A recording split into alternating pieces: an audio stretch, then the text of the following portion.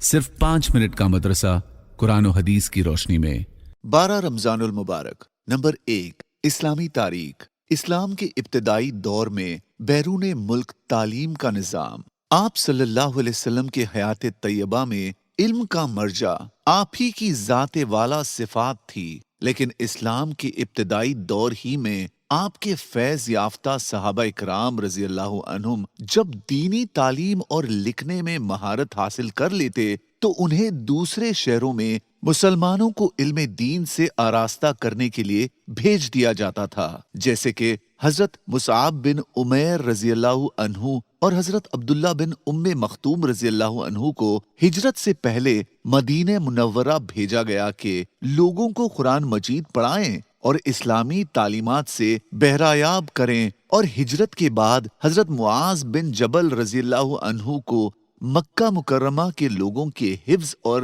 ناظر قرآن کی تعلیم پر مامور فرمایا تھا۔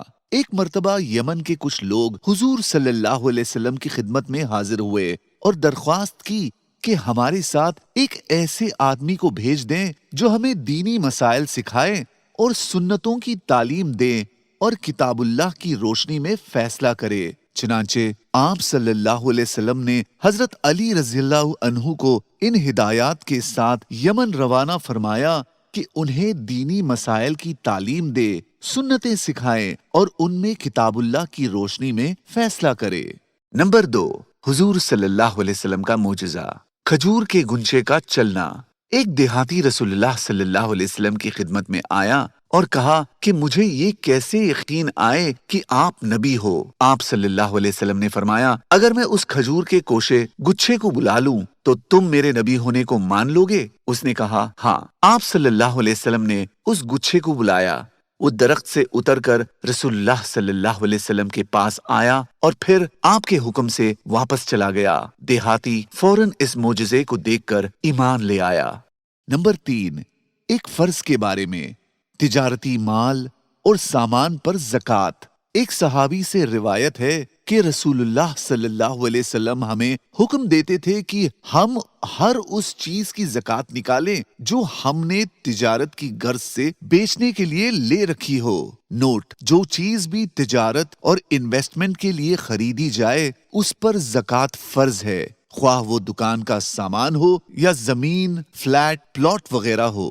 نمبر 4، ایک سنت کے بارے میں، کرتے کا استعمال کرنا۔ رسول اللہ صلی اللہ علیہ وسلم کو کپڑوں میں کرتا بہت پسند تھا۔ نمبر 5، ایک اہم عمل کی فضیلت، اچھے اخلاق والے کا مرتبہ۔ رسول اللہ صلی اللہ علیہ وسلم نے فرمایا، یقیناً مومن اپنے اچھے اخلاق کے ذریعے نفل نمازیں پڑھنے والے روزے دار شخص کے مرتبے کو حاصل کر لیتا ہے۔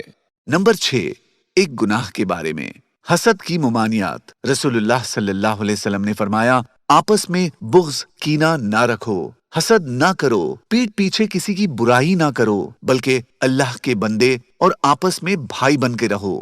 نمبر 7، دنیا کے بارے میں، دنیا سے بچنا ہدایت کی علامت ہے۔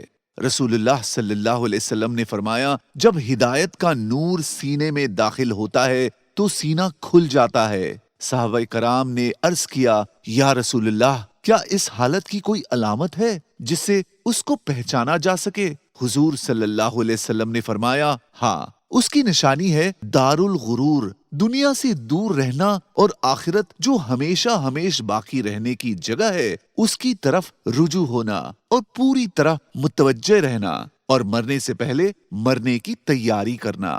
نمبر 8، آخرت کے بارے میں، جہنم کی آگ سے آزادی کا پروانہ۔ رسول اللہ صلی اللہ علیہ وسلم نے فرمایا، جو شخص تنہائی میں 2 رکعت نماز پڑھے جس کو اللہ اور اس کے فرشتوں کے سوا کوئی نہ دیکھے تو اس کو جہنم کی آگ سے آزاد ہونے کا سرٹیفکیٹ مل جاتا ہے۔ نمبر 9، طب نبوی سے علاج، ٹھنڈے اور میٹھے مشروب کا فائدہ۔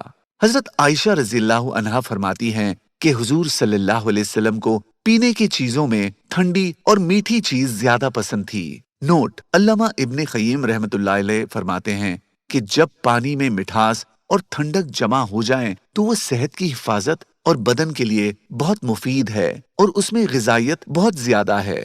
نمبر 10، نبی صلی اللہ علیہ وسلم کی نصیحت، روزہ افطار کرانے پر خوشخبری۔ رسول اللہ صلی اللہ علیہ وسلم نے فرمایا، جو شخص اس رمضان میں کسی روزے دار کو روزہ افطار کرائے تو یہ اس کے لیے گناہوں کے معاف ہونے اور آگ سے خلاصی یعنی آزادی کا سبب ہوگا۔ جزاک اللہ۔